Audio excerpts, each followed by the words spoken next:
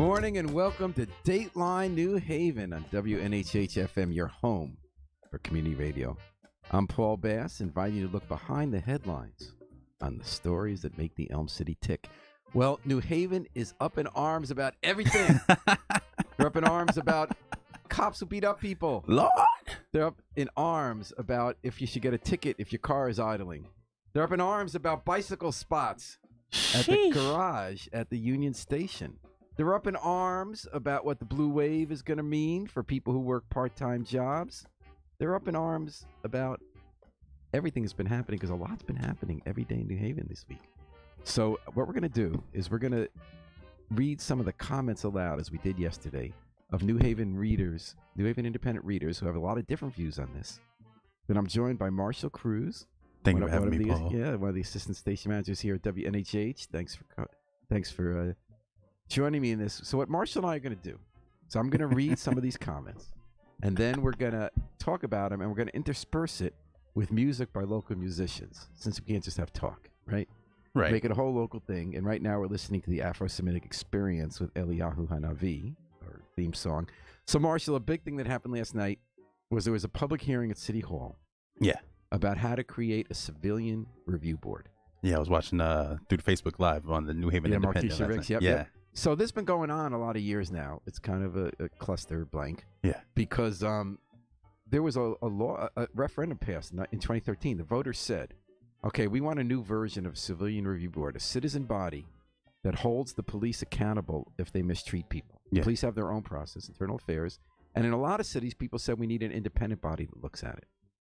So the Board of Alders then, because of the referendum, had to create a new civilian review board. The idea is that a review board with more teeth than the old one. They could actually subpoena cops and that kind of stuff. Okay. And it was up to the aldermen to do that. And what's interesting is the aldermen who put the question on the ballot in the first place. But 5 years later, they still haven't done it. Because every time they do it, they draw it up, and they get spun around and talked around by people not to put any teeth in it. So the community comes out en masse and says, we voted for this. This is what we put you in office for. Put it with teeth. So last night they had a new version finally came back for like the third time. Okay. And they said, well, we still don't think it can have subpoena power because we're told that the state has to grant subpoena power. Otherwise, you can't do it. And the response has been that the city's own lawyer says you can. There are ways around it. The Board of Alders president has subpoena power. She could sit there, have someone there designated. Others of us have argued we have a board of police commissioners that can function that way. If you turn into real board of police commissioners, they have subpoena power. But in any case, it was sincere belief of the alders who had originally gone with this question that we can't do it that way. The community says, don't even bother doing it if you're not going to do it. Roger. So, but they passed, the committee that had a vote on it passed it anyway. It needs one more approval at the full board. So all heck is breaking loose. So there were very interesting comments about this, Marshall. I'm not going to read all of them. But what was interesting about the comments is that we got them from cops. We got them from people who want to hold the cops accountable. It's just really interesting stuff. So I'd like to read like 5 of them. And see what you think, okay? Roger. So Wistful Dad says, we do not need a civilian review board and a police commission. We should have one or the other. Probably just stick with the commissioners and make sure they are held accountable. They hold accountable to the police and make them accountable to the public. Now remember, the commissioners are appointed by the mayor. Yeah. Back in 1977, the Board of Police Commissioners did the most awesome case of holding police accountable. They did hearings into a secret police wiretapping operation, and all the information came out. Really? Now the reason that happened is that the mayor appoints the Board of Police Commissioners. At the time, the mayor was at war with the police chief, so he wanted it to come out. So that's what people are worried about. A little background there. Narcan writes, in every city I have read about using a civilian review board, they, without exception, have devolved into political hit squads that end up costing the city back wages when wrongly terminated officers win lawsuits. So he's basically saying that this becomes political. So people just hate cops, get involved, and then they bring up cops and are unfair to them. Cops sue. Cops win. You pay. That's how that one rolls, according to Narcan. Okay. John Valeka wrote in. Now, he is a former assistant police chief. He's a resident the resident criminal justice expert. Yeah, WNHS. that's better. So he always has kind of an interesting, unpredictable view. So he quotes the students at the hearing saying, trust the process. Being told, trust the process. And a student says, I honestly don't trust you at all. Whew. So that's what happened last night. It was like that, shouting back and forth. So John writes, therein lies the problem. Subpoena power or not, this entire endeavor will fail until both sides learn to trust one another a bit, undertake this task together, all caps. The cops think the CRB, Civilian Review Board, is out to hang them at every turn. CRB advocates think the police department is corrupt and brutal. Neither is true. You can have all the meetings you like. Both sides can argue with each other, spew baseless allegations back and forth. But until everyone understands that we all want the same thing, this will never work. Good luck, though. Christian Bruckhart writes out, he's an officer, and he has the courage always to put his name in.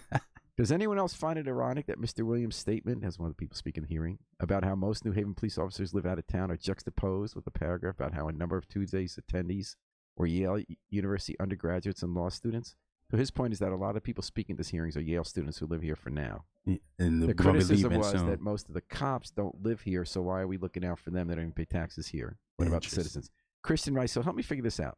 The cops that don't live in New Haven are bad because they're themselves in their gated. Well, they're bad because they're allegedly less invested in the city. Not true, by the way. By the way, Christian lives in the city, so he has props.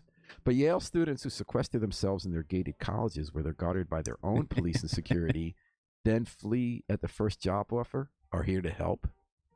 I'm willing to bet that the percentage of police officers who live in New Haven is higher than the percentage of people with actual Yale degrees to do the same. I mean, he's definitely right about that. It's not even close. Definitely. Yeah, okay. Patricia Kane writes, yesterday's public hearing was a sham. It was clear. Oh, we need to raise the Facebook volume, according to Harry. It was clear from the committee's actions that allowing people 3 minutes to present their concerns was merely a pretend interest in what the people had to say. I think they do that because a lot of people want to talk. You don't want to be there 9 hours. They are 3 hours, but she says 3 isn't enough. Is also fair. Many people came with prepared, thoughtful analyses and comments, but none of that mattered. No wonder people chanted shame repeatedly during a recess. The frustration at a predetermined process was palpable, and that's true. Every time you go to these older things, the majority agrees what they're going to do, so they don't even debate about it in public. So some people disagree with them and say, hey, let's do this, and they don't even say, here's why we're doing the other. They just say, bam. This is what we're going to do. Yeah. The issues will not go away, however, and they are substantial. I could add to the list in my previous posting, but the committee was given a copy, which I doubt anyone will read. The initial testimony of the police union's counsel that any CRB is subject to union contracts set a chilling tone. Chief Campbell's statement that he wanted a CRB, but the proposal wouldn't work, failed to specify what he saw as problems. The chair didn't even properly call for 2 votes of the committee because she asked for those in favor and those opposed, but not for abstentions.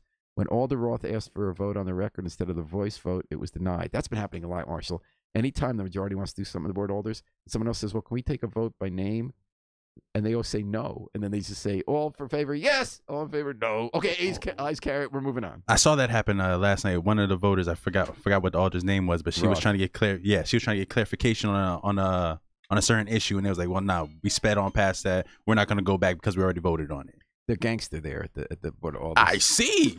Thug life for real. So that was kind of interesting. So what do you make of all that? There are a lot of issues here. I think there's a lot of common ground that can be had here. Personally, I don't think an entire separate entity such as a civilian review board is necessary, but I do think we should have some civilians working in conjunction with the board of commissioners, you know, as to hold this accountability and to solve the problem with subpoena power. Mm-hmm. You know, I think it is important that we have people in the community tell their experiences with different officers and hold them to the standard that we expect them to live to. So you have a couple jobs, don't you? Like part-time jobs? Yeah, a few of them. So you don't have time to like run the city. I wish I did. Sounds pretty good. It does, and it sounds good on paper and out of my mouth. God's ears. Exactly, but I don't know. I don't see what's so difficult about finding a compromise. I think there are some things everyone agrees on, which, believe it or not, despite what was written, everyone who testifies does argue at least that most cops are not brutal. Most cops do jobs well. Then in any organization, you have some people who don't. Yeah, of course. So everyone agrees it's and I know a lot of cops who actually call me, cops who are conservative, who don't like some of the articles we write, they call me when a cop does wrong, and they want to make sure it's not swept under the rug. There are a couple of blue line cops who aren't like that, but really the vast majority of cops, even the people who just intellectually disagree with the critics, I think everyone feels like it's not most of the cops who mistreat people. Most of the cops want to do the job right. And everyone kind of feels, with plenty of exceptions, that you got to hold the other ones accountable. They want that to happen, so the question is how. And I do think there are good points on all sides of this, Marshall. I do think there's always a danger of politics. Yeah. And I think the other side argues there already is politics because the people making decisions are appointed by the insiders, and the police department really doesn't. The police department really can't police itself. I have firsthand example of police misconduct, including against one of our reporters, that was so outrageous and was just covered up. And it's not that we don't have a bad police department. It's not compared to other places like some Shonda, but this problem exists everywhere, so that we got to fix this. And I can't understand how the alders came back. If they honestly believed you couldn't do subpoena power the way it's constituted, then not just find some way around it, whether like have their board of alders president sit on it so she can subpoena people, or give that right to somebody, or have it have a new kind of police commission that merges them. It sounds like they just simply don't want to do it. See, I don't agree with that, because they stake their political futures on it. So it was these same alders who were acting gangster and ramming this through. Yeah. They're the same ones who put the issue on the ballot when they were elected. And I don't even see why it was a charter referendum. I hate the idea, because that's like our Constitution. Yeah. I hate the idea of solving our tough questions by putting things in constitutions. That's just not what a constitution's about. I think they could have just had the guts to just pass a law without the Constitution, just do it right. We've created them without a charter referendum before. We have. So I don't know that I agree with you that they don't want to. You could be right, because I could be naive. Like, I know the people, when they say we really want to do this and they stick their neck out and put it on a charter referendum, I feel like that means they do want to do it. Why would they bother? But maybe they were just grandstanding at the time and they had second thoughts and they just don't want to mess with it. I don't know. It could be. It sounds like a headache. It really does. Yeah. Well, someone's got to fight this war, in the words of Steve Mednick. He's a local musician. And Marshall Cruz and I are here in Dateline, New Haven, running down the comments on the stories behind the headlines. Crazy stuff happened in New Haven. Lots of great views expressed by our readers in The Independent. We're running them down with interludes from local musicians, including Steve Mednick, who on his album, The Ceremony of Innocence, says the following: someone needs to fight this war.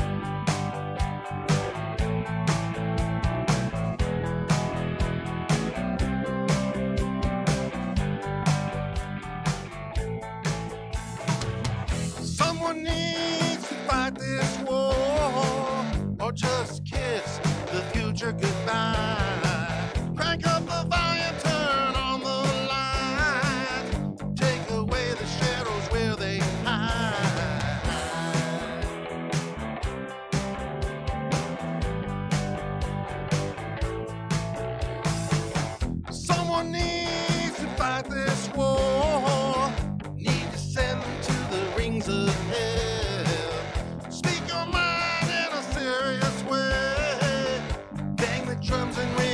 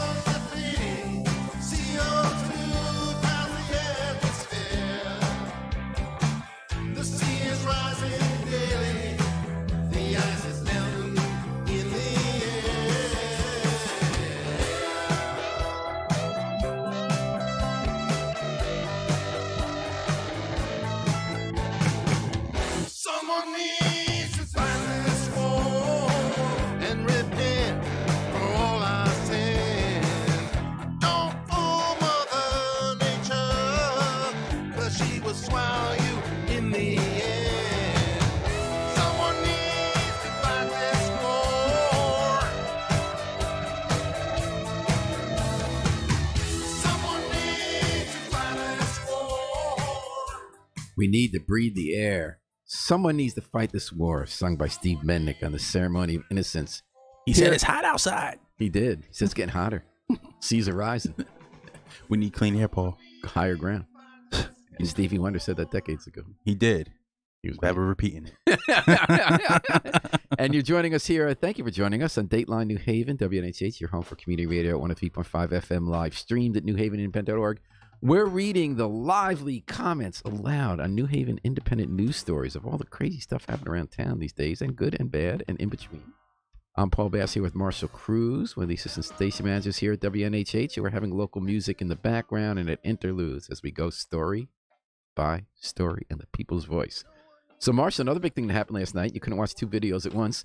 Nah. For months, we would try to figure out what to do with a kind of storefront concert club space at the bottom of the Crown Street Garage. I didn't get into that story. Yeah, so College and Crown. Yeah.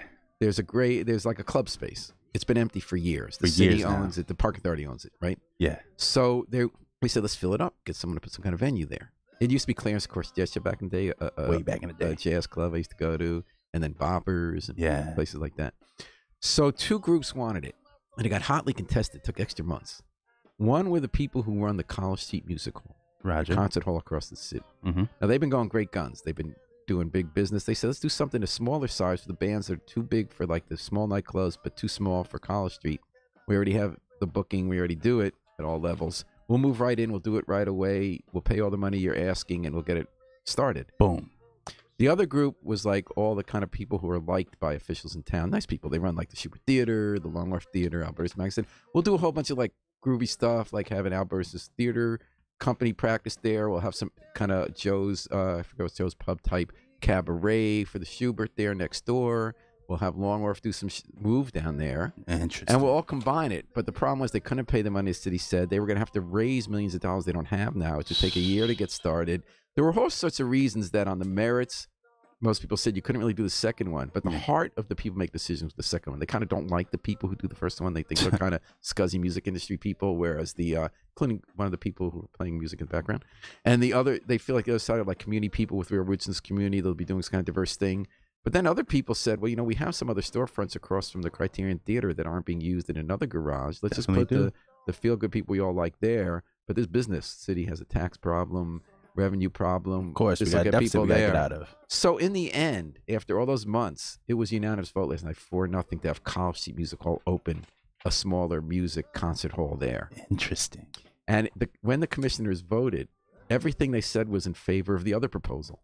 But they said, we just can't do it. We just got to do this, shucks. So let me read you what some people said.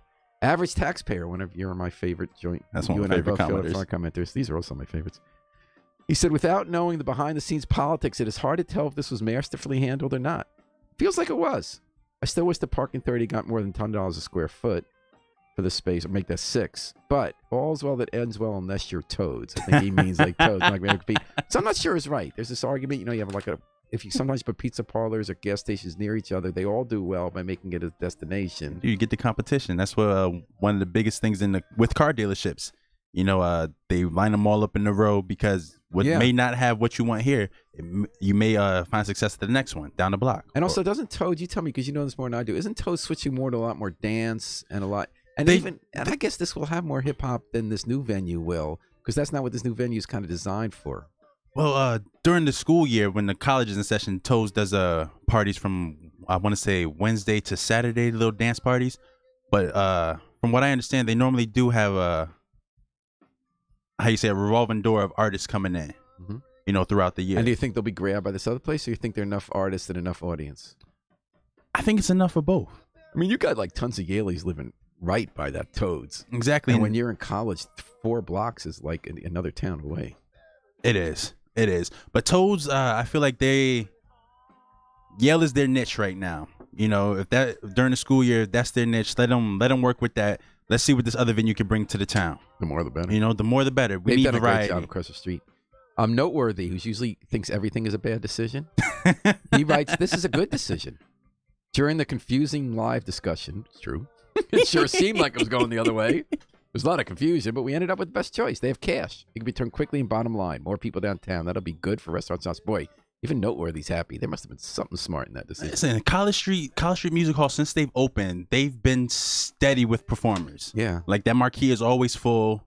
And their crowds. They are. They're always crowds. They lines. turned that around in no time. They got that place open in months. Seriously. Yeah. What, it's been like a year and a half now? Yeah, 2 years.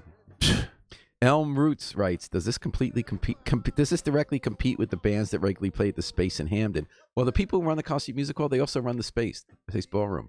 And they're saying we have a lot of bands. We can do the audience, and there's a lot of room here. They do. I was speaking to one of the house managers at the Space about maybe a month or two ago, and she was telling me I think they had 40 shows in 30 days. Yeah, they're killing it there. Ridiculous. So I can see why they would want extra space. Sometimes 2 a day. Yeah. And I went there. When I've gone there, it's full. I don't go a lot. But I don't go with the big bands. Like I go to some stuff I like Americana, and it's full. Yeah. It's 1644, another one of our favorites. Yep, he points out the Space will be managed by the same folks who manage the Space Ballroom, and they've said it'll complement, not compete with other venues. It'll get bands too popular for the Space, but not popular enough for College Street Music Hall. That said, businesses in Hamden should not be a concern for New Haven. If New Haven can recapture some economic activity from the suburbs, it should be good for New Haven.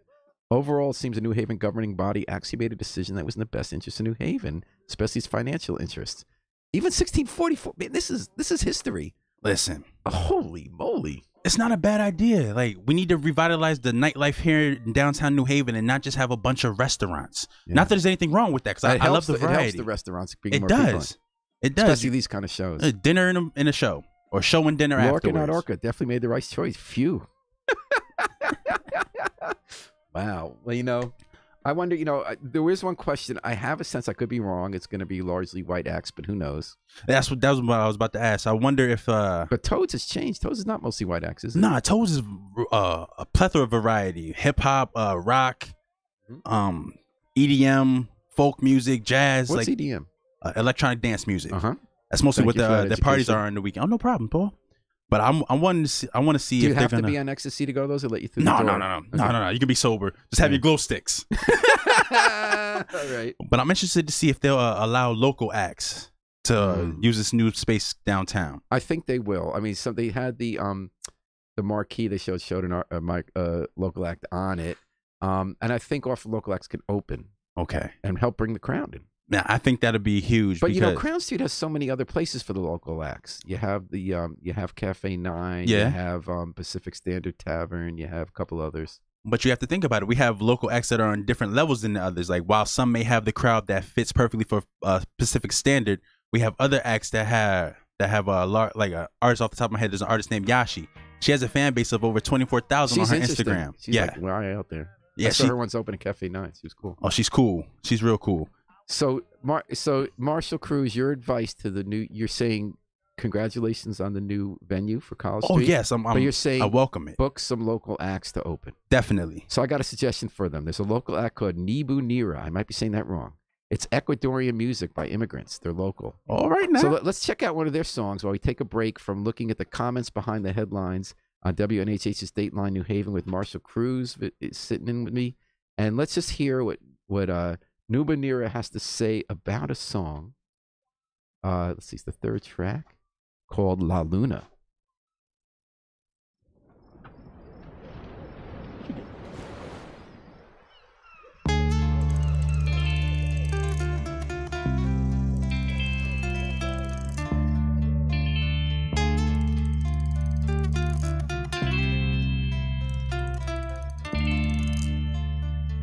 La luna llena es la que desvela, alumbra entera el alma en pena, que en su dolor sufre de amor, que en su dolor sufre de amor.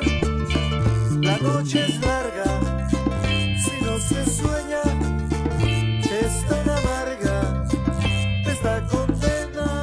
Y qué dolor por este amor. Ay,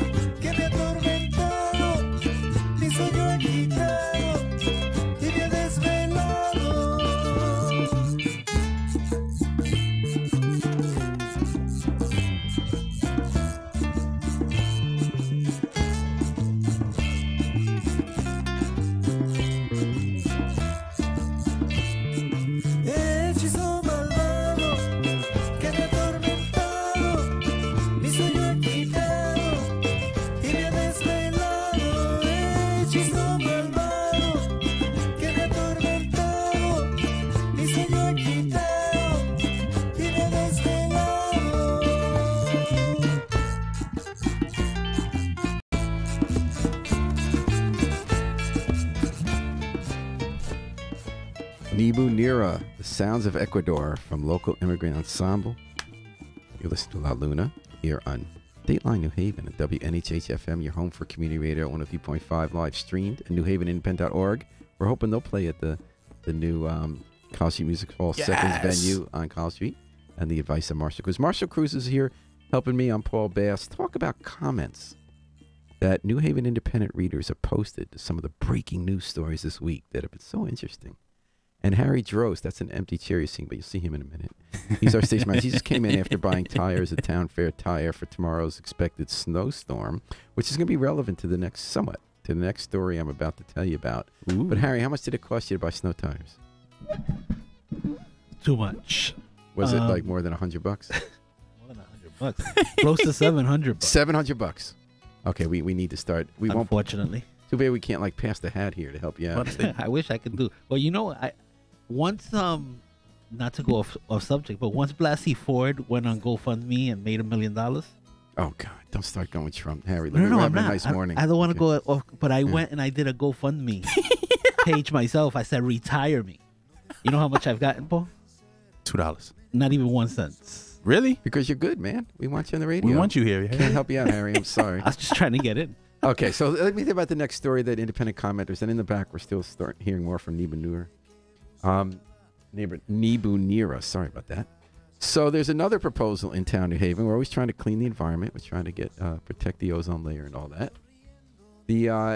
There's an idea that the Environmental Advisory Council, that's a group in the city, it's an advisory group that then comes up with rules. They try to get laws passed. They want to have a law passed to enforce a law that already exists. You can get a ticket if your car is idling too long.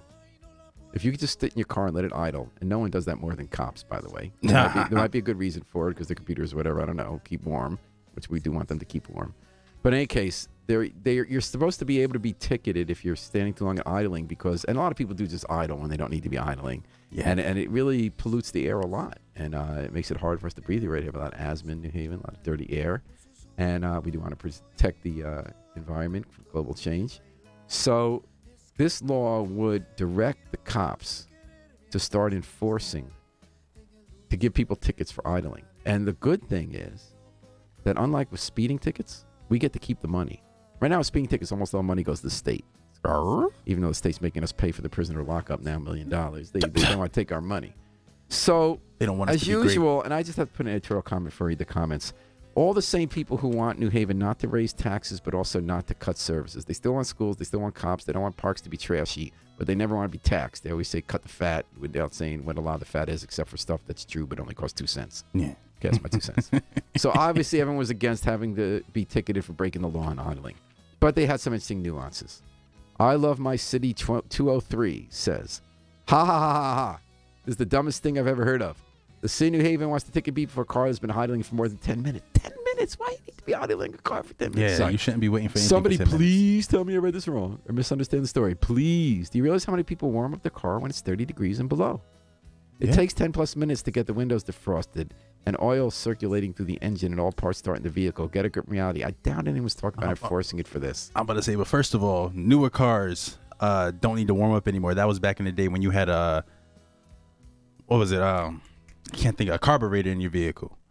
You know, these newer cars don't need to warm up. You can just roll and go. We don't have carburetors anymore? I can't remember this. That's cool because I never understood what a carburetor was. So now that it's not there, isn't it the catalytic converter? Something. It's something like that older cars had, which is why they needed to warm up. Don't quote me, folks. I'm not a mechanic. Yeah, I don't think the car guys have to worry about us. But no, so vehicles don't need to warm up anymore. Special K writes, and this is actually kind of a good point. Okay. I'm making fun of people picking shots, but this is a good point. Because even when you think something's good, sometimes there are unintended consequences. Yeah. So the enforcement officer will have to first find an idling car, then sit and watch that idling car for a full 10 minutes before they can issue a ticket. Sounds like a cost-efficient program. Now, see, that makes sense. Like, I'm not going to sit there and wait 10 minutes because now my car's idling. Right. You want me to turn my car off and then sit there and wait for this guy? And you have to sit and watch for 10 minutes because maybe they turned it off and put it back on. You know? Here's the problem with it because they actually sell automatic starters, right? So they do. Remote By the way, starters. Harry, the camera is not on where you're sitting. It's where someone else is sitting. The empty chair. I didn't switch it. It's the ghost of Harry Dross. Sorry to interrupt you, man. All right, so they sell remote starters for a reason, right? So definitely. I got my wife a remote starter. This way, when she goes into her car, it's nice and toasty and comfy for her. So, are they gonna come around and give tickets to people with remote starters? Now, you want to be able, and also you remote start your car so that it defogs the windows and everything. It makes it easier when you go out to actually go to pull the snow off your car if it's not frozen. Yeah. So, Now, is it just idling on a city street or idling in general? Good question. They're obviously not going to go into your driveway. We'll see. Hugh Navin points out what Marshall Cruz pointed out. Warming up your car in the cold harms the engine? No. The long-held notion that you should let your car idle in the cold is only true for carbureted engines. Oh, I was right. But some people do have old cars. They do. They do. We have old car. Would a 10-year-old car count? A 10-year-old? Nah, I don't believe a 10-year-old car. Anything in the 20 years old or back. Okay. I would assume. But there, like I said, I'm not a mechanic, so don't. Noteworthy says there are always people who want to increase the misery index. Fine. Fee us to death with arbitrary rules and selective adjustments, just what we need from the parking Nazis. He's getting into the Nazis now. I mean, at a time now when there's some serious stuff happening with Jews, including Amity High School right now, with Nazis in Pittsburgh to shoot up. I'm not gonna actually continue with that one. Who they propose giving this power to? The cops have the regular police officers. Yeah, I think that's something that should be. The Amity School thing is a prank, but it's ongoing. It's not just swastikas. The sports teams are going around saying we're the Nazis. They're getting into this. They're passing the kid. I mean, you're right, but they think it's funny to go through the halls and tell the Jewish kids we're the Nazis. We're going to get you. You know, it's happened all over the nation, and it always turns. Most of the times, 90% of the times it's a prank, and right. it's not funny. It's funny, yeah. But given the current context, it's not cool for the sports team, which are already we're like the big guys. We could beat you up and stuff. It's kind of. But to call him parking Nazi is not so bad, right? People calling the president a Nazi. Not that I want to get into. Okay, let's not get in the debate. All right, Kevin McCarthy says the state regulation which would serve as the basis for the ordinance has several exceptions. These include idling to run the heater to protect the driver, passengers' health and safety. The idling limit also does not apply when it's 20 degrees or colder. Okay. See, Kevin does his homework. He used to work at the state legislature. Special K, the idling limit is 3, not 10 minutes. See the link, so he doesn't have to watch it for 10 minutes. Thank you, Kevin, for facts. It takes traffic and parking that long to write up a parking ticket since they take a photo of the vehicle. Good information. Yeah. Wow. And school buses can't idle either, right? I think there's a law that the school buses can't idle. Noteworthy, excessive idling contributes to the city's mediocre air quality, which in turn contributes to its high rate of childhood asthma. I share concern about the climate impact of idling. There's also a public health rationale. Good information, Kevin. He kind of got it for me here. Westville voter, most of my idling time is spent at badly timed traffic signals. Perhaps fixing this would have a greater impact. See, he's a guy who's just always mad about everything in the city that he has to stop at a traffic light. True. So let me just pollute everything. Robin, you could just ask people to stop doing it if they're near your house. When the weather isn't bad, I do, and they're usually cool about it. So that's the idea that neighbors can enforce norms without having to bring in the government. Get off my lawn and stop idling your car. Or you could be nice. You could say, would you mind going down the block? And that little sweetness, Harry. You're still killing the ozone layer, aren't you? That's true. Isn't that the objective here, to save the earth? That's true. But you talk big and tough, Harry. But you are one of the nice people I know. You have a way of talking to people where you're not in their face. I'm just saying. I don't mean to blow your cover. I know you just did. Sorry. Okay. Average taxpayer. One of favorites of Marshall Cruz and Paul Bass. New car technology exists to automatically turn off and on a car engine when a vehicle is not in motion. Through legislation and public interest, Europe is actively embracing this technology and is heading toward becoming the norm. America, not so much. Well, we talk about America, right? America. What about Africa? I want to go. Well, let's hear about African skies. We're doing local music today in addition to local comments and local commentary. And we have Ace Livingston. All right now. He's got a local album out. He's got a track. It's called My Metamorphosis. And actually, one of my favorite guys, Chris Big Dog Davis, produces this record and plays on keyboards. And Ace looks like plays the bass or the guitar. Yeah, looks nice like guy. the bass. I was just looking at his business card. All right, so let's listen to African he's Sky. Come a few times. Let's listen to African Skies by Ace Livingston and then come back with more comments.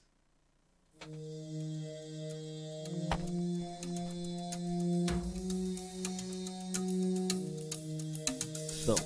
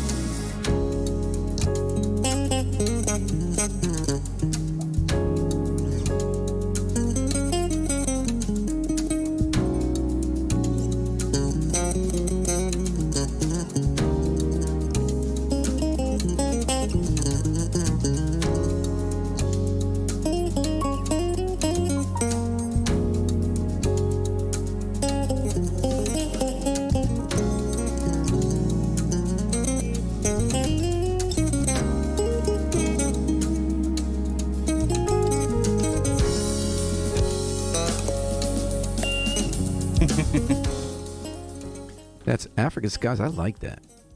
Ace Livingston. Good job, man.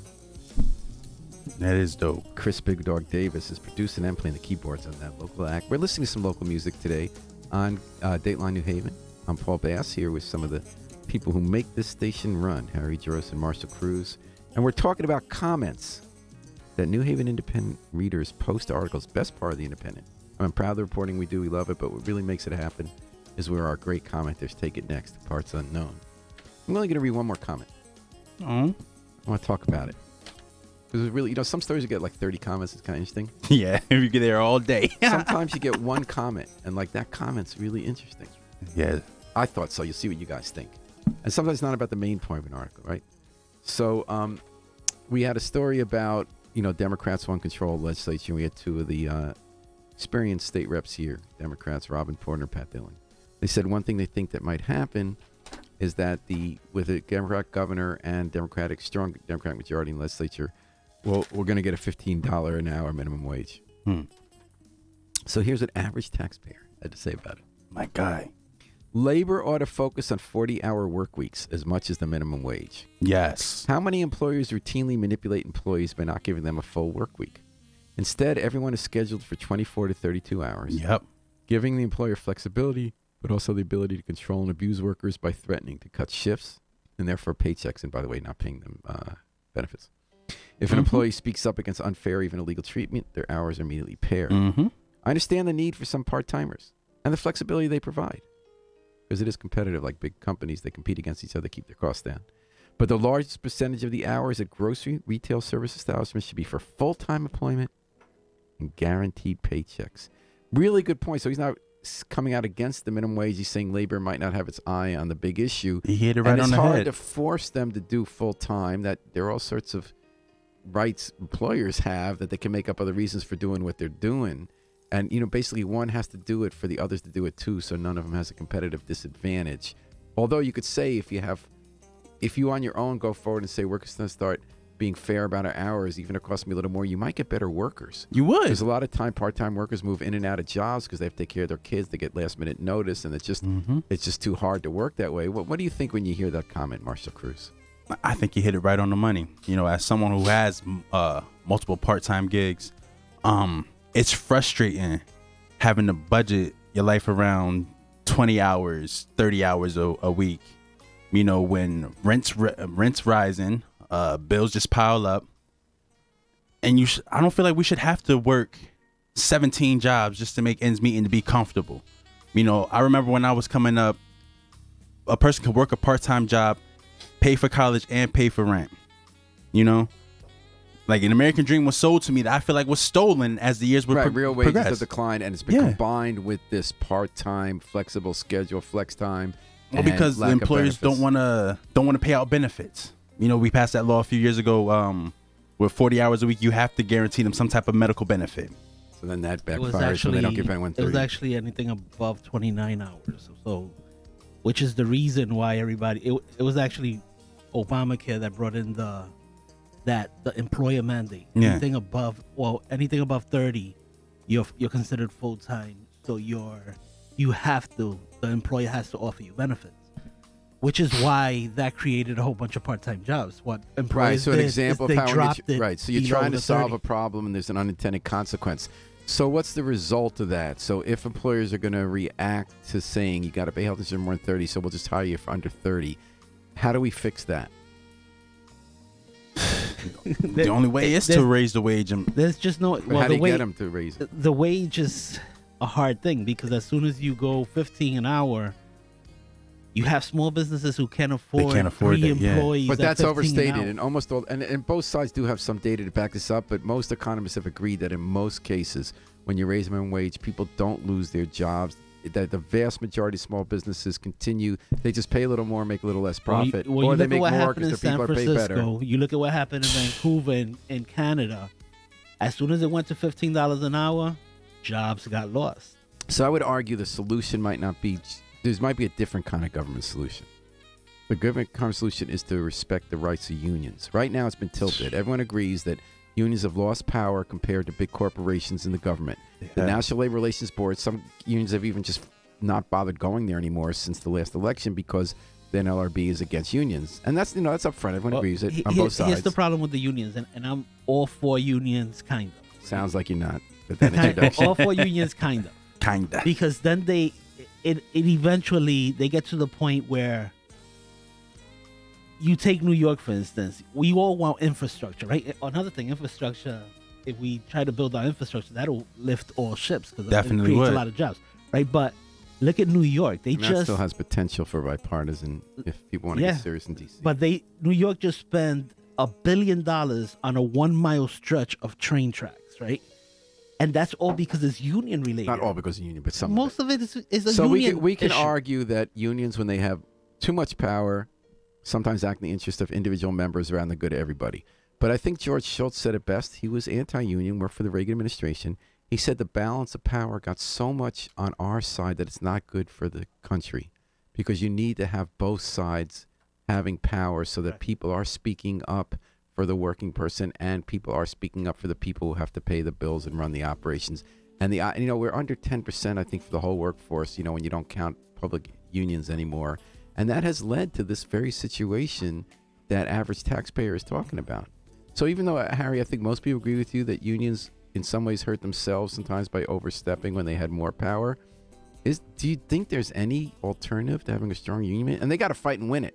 It's not what the government has to do is just stop tilting the scale for the employer in the hearings. And you have to look at, for instance, McDonald's, right? Have restaurants all over the world. Largest real estate owner in the world. Right? They give all of these huge conglomerates waivers. Because they're franchises. Yeah. Well, that's the problem, though, right? So you consider them to be in the stock market under one umbrella, but then you split them up and you consider them franchises when it comes to the workup. And so, we're going to have to solve that tomorrow because our time's running out. But I would say Marshall Cruz and Harry Jones, I think we solved some stuff today. We did. Beginning with some local acts there at the College Street new theater they have, right? Yes. And in 30 seconds, Marshall Cruz solved civilian review dilemma that for 5 years as everyone screaming at each other. I've been dreaming about a career in politics. politics. Also, Marshall Cruz let us know there's no longer carburetors in cars. We solved a lot here. We did. And I also want to thank people for listening as you solved a lot. Oh, yes, thank you for listening, folks. Paul, thanks for having me. Yeah, thanks everybody for joining us on Dateline New Haven. For my carburetor. I'm going to stop trying to figure out what a carburetor is. We're going to take it out with the Afro-Semitic Experience performing I Wish I Knew How It Would Feel to Be Free from their CD, A Plea for Peace. Now, we know what it's like to be free. We just got to remember to book our flight. Book your flight with us all day and all night long here at WNHH, your home for community radio.